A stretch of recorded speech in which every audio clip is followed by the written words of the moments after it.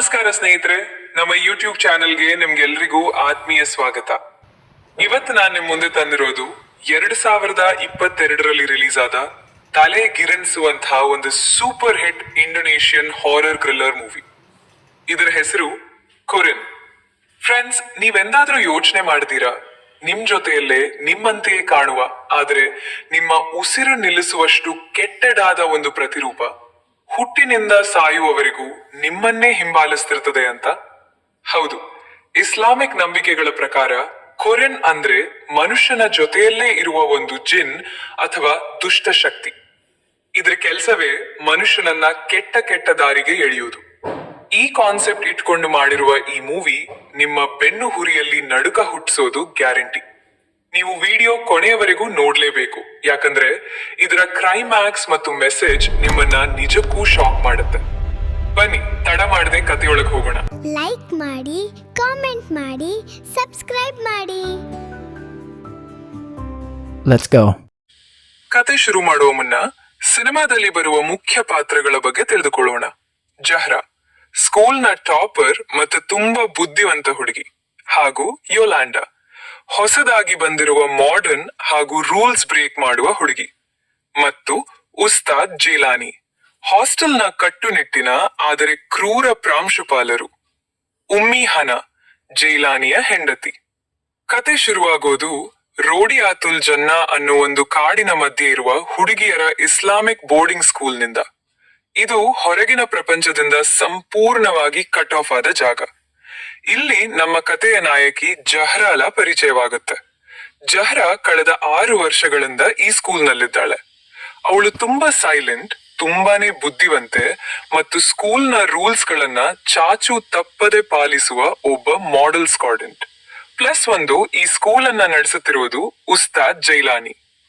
ನೋಡಲು ತುಂಬಾ ಹ್ಯಾಂಡ್ರಮ್ ಆಗಿರುವ, ಸದಾ ಧರ್ಮದ ಬಗ್ಗೆ ಮಾತನಾಡುವ ಈ ಪ್ರಿನ್ಸಿಪಲ್ ಅಂದರೆ ಸ್ಕೂಲ್ನಲ್ಲಿರುವ ಎಲ್ಲಾ ಹುಡುಗಿಯರಿಗೂ ಸಿಕ್ಕಾಪಟ್ಟೆ ಭಕ್ತಿ ಮತ್ತು ಭಯ. ಅವನ ಹೆಂಡತಿ ಉಮ್ಮಿ ಹನಾ ಕೂಡ ಅದೇ ಸ್ಕೂಲ್ನಲ್ಲಿ ಟೀಚರ್. ಒಂದು ದಿನ ಈ ಸ್ಕೂಲ್ಗೆ ಯೋಲಾಂಡಾ ಅನ್ನೋ ಹೊಸ ಹುಡುಗಿಯ ಎಂಟ್ರಿ ಆಗುತ್ತೆ. ಅವಳು ಜಹ್ರಾಗೆ ತದ್ವಿರುದ್ಧ.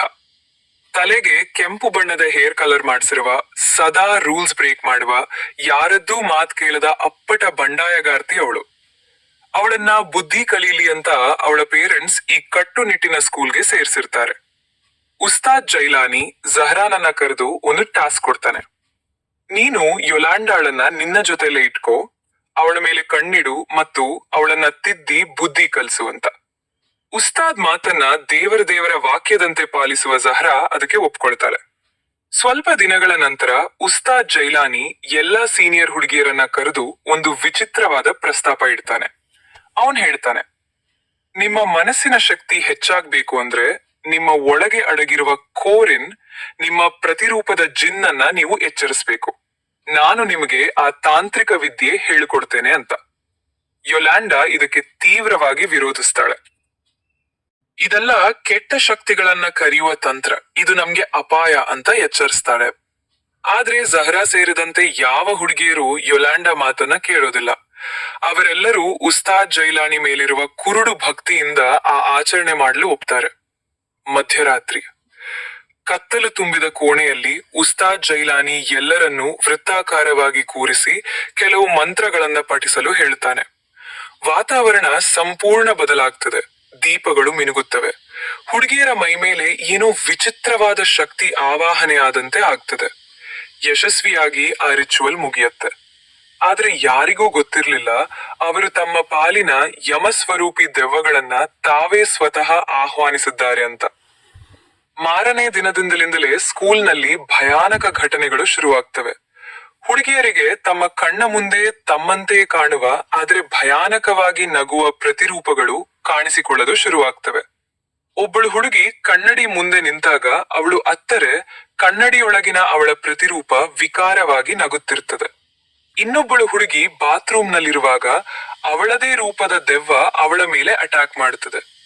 ಇಡೀ ಹಾಸ್ಟೆಲ್ ನಲ್ಲಿ ಕೂಗಾಟ, ಕಿರುಚಾಟ ಶುರುವಾಗ್ತದೆ.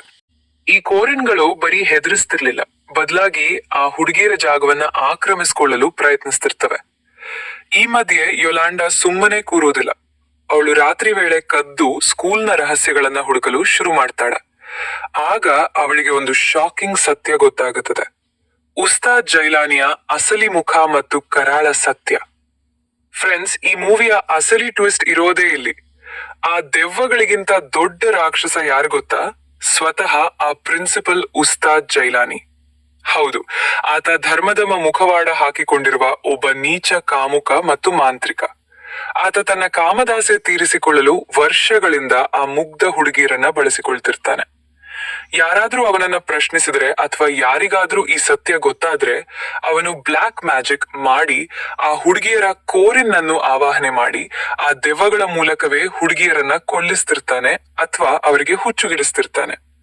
ಅವನು ಉದ್ದೇಶಪೂರ್ವಕವಾಗಿಯೇ ಆ ರಿಚುವಲ್ ಮಾಡಿಸಿ ಇಡೀ ಸ್ಕೂಲ್ನ ಹುಡುಗಿಯರ ಮೇಲೆ ತನ್ನ ಸಂಪೂರ್ಣ ಕಂಟ್ರೋಲ್ ಸಾಧಿಸಲು ಪ್ಲಾನ್ ಮಾಡಿರ್ತಾನೆ. ಅವನ ಈ ಕರಾಳ ಮುಖದ ಬಗ್ಗೆ ಅವನ ಹೆಂಡತಿ ಉಮ್ಮಿ ಹನಾಗೆ ಸ್ವಲ್ಪ ಡೌಟ್ ಇರುತ್ತೆ. ಆದ್ರೆ ಗಂಡನ ಮೇಲಿನ ಭಯದಿಂದ ಅವಳು ಸುಮ್ನಿರ್ತಾಳೆ. ಯೊಲಾಂಡಾ ಈ ಸತ್ಯವನ್ನ ಜಹ್ರಾಗ್ ಹೇಳ್ತಾಳೆ. ಮೊದಲು ನಂಬದ ಜಹ್ರಾ ತನ್ನ ಕಣ್ಣ ಮುಂದೆಯೇ ತನ್ನ ಗೆಳತಿಯರ ಮೇಲೆ ನಡೆಯುತ್ತಿರುವ ದೌರ್ಜನ್ಯ ನೋಡಿ ರುಚಿಗೆ ಹೇಳ್ತಾಳೆ. ತನ್ನಿಷ್ಟದಂತೆ ಕುಣಿಯುತ್ತಿದ್ದ ಜಹ್ರಾ ಉಸ್ತಾದ್ ಜೈಲಾನಿಯ ಅಸಲಿ ಬಣ್ಣ ಕಂಡು ಶಾಕ್ ಆಗ್ತಾಳೆ. ಅವಳ ಕಣ್ಣಿನಲ್ಲಿದ್ದ ಭ್ರಮೆಯ ಪೊರೆ ಕಳಚುತ್ತದೆ. ಮೂವಿಯ ಕೊನೆಯ 20 ನಿಮಿಷಗಳು ನಿಮಗೆ ಸೀಟ್ ತುದಿಯಲ್ಲಿ ಕೂರಿಸುತ್ತವೆ. ಇಡೀ ಸ್ಕೂಲ್ನಲ್ಲಿರುವ ಎಲ್ಲಾ ಹುಡುಗಿಯ ಗಿಯರ್ ಕೋರನ್ಗಳು ಆಕ್ಟಿವ್ ಆಗಿ ಬಿಡುತ್ತವೆ.